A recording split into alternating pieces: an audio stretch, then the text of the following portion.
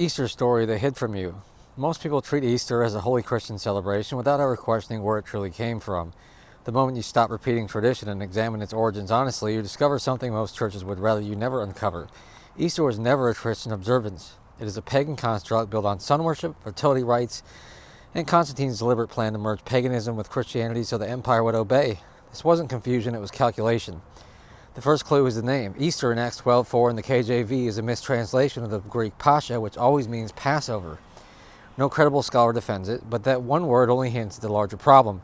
Scripture never commands a resurrection festival called Easter. The apostles didn't keep one. The early ecclesia, church, body of Messiah, didn't keep one. Scripture commands Passover on the 14th of Abib, not a yearly Sunday tradition. The shift came from Constantine. At the Council of Nicaea in 325 AD, he forced churches to abandon the biblical calendar and adopt Easter Sunday. He wasn't protecting truth, he was protecting imperial unity. His loyalty remained with Sol Invictus, the unconquered sun. Blending religions was easier than confronting them. If he couldn't beat the Christians, he would merge their holy days with pagan festivals and call it unity. Easter's pagan origins are unmistakable. Across Babylon, Assyria, Greece, and Rome, spring festivals honored goddesses of fertility, sex, and sunrise. The Assyrian goddess Ishtar, whose name is directly connected to Easter, was worshipped through fertility orgies, ritual prostitution, and symbolic acts meant to spark new life. Eggs symbolized fertility, rabbits symbolized uncontrolled reproduction. These weren't harmless decorations, they were sacred symbols used in sexual worship. Babylon mourned and celebrated Tammuz, a dying and rising sun deity with weeping, ecstatic rites and fertility symbolism.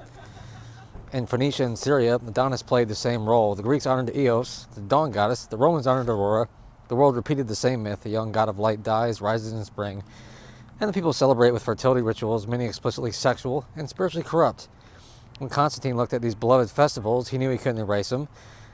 They were too popular and too embedded in the culture, so he absorbed them. He kept the equinox timing, the Sunday orientation, the fertility symbols, and the sexual motifs, and placed Christian language over the top. Instead of celebrating Tammuz or honoring Ishtar, the empire celebrated a repurposed resurrection festival called Easter. It was a merger disguised as doctrine. Hot cross buns, sunrise services, eggs, and rabbits flowed into the new system because they were never removed from the old one. Even the name Easter carries the imprint of Ishtar, whose followers perform sexual rites to secure fertility, abundance, and earthly blessing. Meanwhile, Scripture is clear. Believers must not imitate the nations, must not borrow their customs, must not adopt their worship styles, and must not ask how they serve their gods. The commanded memorial is Passover, not a pagan fertility festival made to look Christian through careful repackaging.